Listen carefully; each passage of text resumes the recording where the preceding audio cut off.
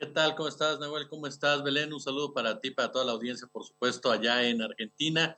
Efectivamente, ya está confirmado, lo dio a conocer en un principio el gobernador de Michoacán, el señor Alfredo Bedoya. Posteriormente, en la conferencia mañanera, el presidente Andrés Manuel López Obrador confirmó la liberación de la alcaldesa de Cotija, Michoacán, en un escenario que vale la pena, por supuesto, profundizar, platicar con ustedes Mm. en diferentes aspectos, sobre todo la zona en donde esta mujer es localizada, digámosla de esta manera, Yolanda Sánchez. El gobernador dijo, se encontró con vida, está en compañía de las autoridades de Michoacán, pero lo que llamó mucho nuestra atención es cuando se ubica la liberación en Villamar. Villamar es una localidad de Michoacán, es una localidad que se ubica en lo que aquí conocemos como se puede considerar el corredor de la muerte.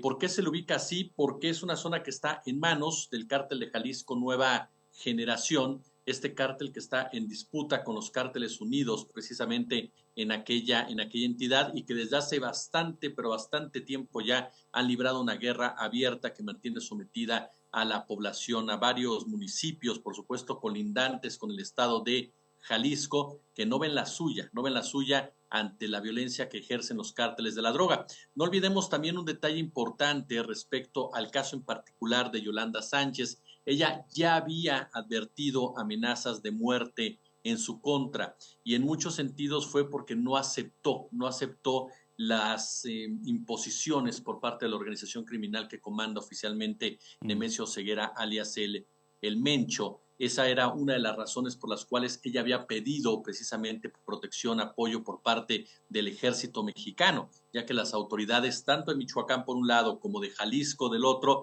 pues simple y llanamente no son capaces de garantizar la protección de los funcionarios, mucho menos, por supuesto, de la población. Ahora, este municipio de Villamar colinda precisamente con el de Cotija, que gobierna Yolanda Sánchez. Ambos territorios se encuentran justo en la frontera con Jalisco. Ahí fue plagiada precisamente la alcaldesa. Incluso Villamar, hay un pequeño. Vamos a ver si podemos restablecer el contacto Voy a con... A compartirles, ver. toma su nombre de la intervención norteamericana, ¿no? Bien, ¿Me Jesús, escuchas estamos... ahí? Sí, ahora sí. Justo se había trabado seguramente la conexión por unos segundos y teníamos que volver a restablecer esa conexión. Pero Jesús, nos estás haciendo el relato justamente de toda la situación en particular sobre este secuestro. ¿Y el presidente va a tomar algún tipo de medida para tener más seguridad o mismo para darle algún tipo de pena a las personas que, bueno, secuestraron a la alcaldesa?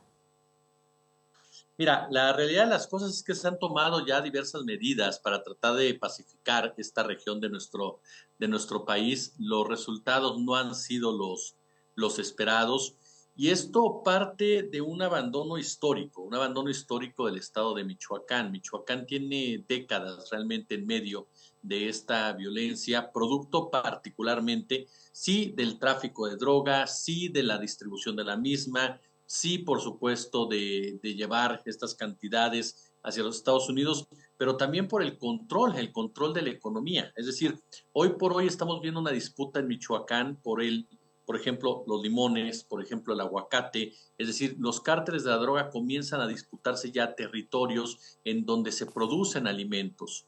¿Para qué? Para poder controlar incluso lo que te comes. Y eso es lo que está pasando, por ejemplo, en Mm. el estado de Michoacán. Una de las medidas que se han lanzado es la mayor presencia de la Guardia Nacional, mayor presencia del Ujú. Ejército Mexicano, pero la realidad de las cosas es que no ha tenido un impacto positivo y no lo ha tenido por la enorme corrupción que existe, una corrupción que impera tanto en los mandos militares que están ubicados en Michoacán como también en los mandos estatales. Hay una lógica que siempre se ha manejado cuando se habla del crimen organizado.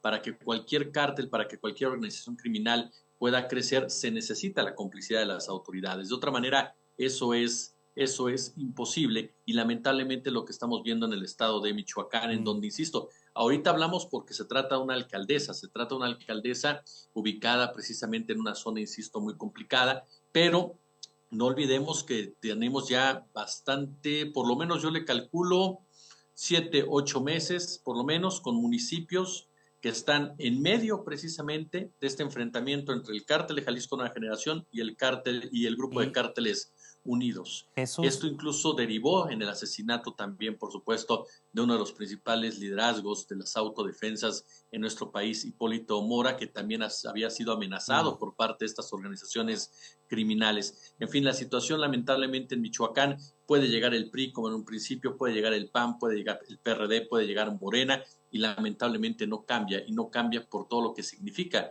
este negocio criminal que es el tráfico de drogas y cada uno de sus derivados. Súper enquistado, lamentablemente, en México y en tantos países de Latinoamérica, el narcotráfico. Vos hablabas, Jesús, de la alcaldesa que fue llevada a un corredor de la muerte. Llama la atención que haya sido liberada. ¿Quién accedió a esa negociación para ella ser liberada o tenía protección esta alcaldesa más allá de las denuncias que venía haciendo? Hay un debate muy interesante ahí. ¿Por qué? Porque oficialmente el PAN dice que nunca se le otorgó protección, que nunca tuvo la protección por parte de la autoridad federal. Existía la petición por parte de la alcaldesa para que se le otorgara esta protección. El gobierno federal asegura que sí lo tenía. Alguien, por supuesto, está mintiendo y la realidad es que fue secuestrada, fue levantada y sin grandes aspavientos. ¿Cómo se la llevaron? Llegaron unos sujetos, se metieron al mismo automóvil en el que ella iba y desapareció. Es decir, no hubo ningún tipo de defensa, ningún tipo de refriega, lo cual nos confirma que no tenía protección alguna. Es ahí donde uno empieza a cuestionarse qué está pasando por parte de la autoridad, que no responde a las demandas o necesidades de aquellos que le solicitan este tipo de apoyo, particularmente porque sí, como lo definíamos, se le conoce como corredor de la muerte a esta zona que ya describíamos, precisamente por la presencia del cártel de Jalisco Nueva Generación y la disputa que tiene con este grupo de cárteles unidos. Hay un nivel de violencia muy alto en Cotija y en toda esa zona limítrofe entre Michoacán y Jalisco, en donde incluso ha desaparecido una buena cantidad de personas, en donde se han registrado fuertes enfrentamientos, en donde habitantes de las zonas serranas aseguran que muchas veces ellos prefieren ya desplazarse a estos sitios antes de seguir padeciendo lo que son el cobro de piso, las extorsiones y demás. Las medidas que se han tomado hasta ahorita es el envío de más elementos de la Guardia Nacional a esta zona, aunque insistimos, podrás enviar 1,000, 2,000, 3,000, 4,000 elementos si la estrategia no es a fondo, la estrategia no tiene la finalidad,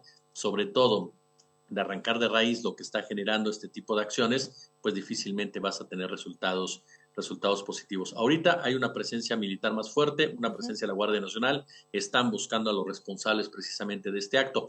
¿Quiénes fueron los que negociaron o quiénes fueron los que permitieron que se liberara a la alcaldesa?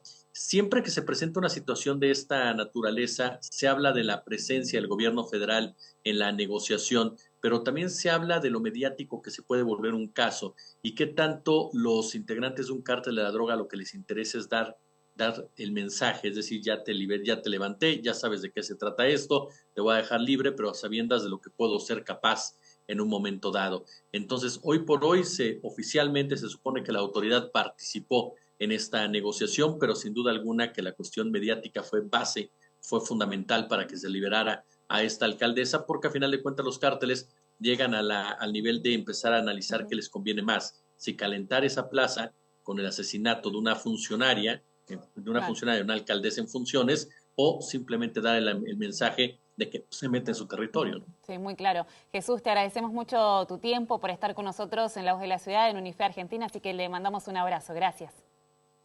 Un abrazo a ambos y como siempre honrados, un abrazo desde México. Gracias. Si te gustó nuestro contenido, suscríbete al canal y activa la campanita. Y si querés ver toda nuestra programación en vivo, entra a www.unifetv.com. Sumate Unife. Sumate un buen día.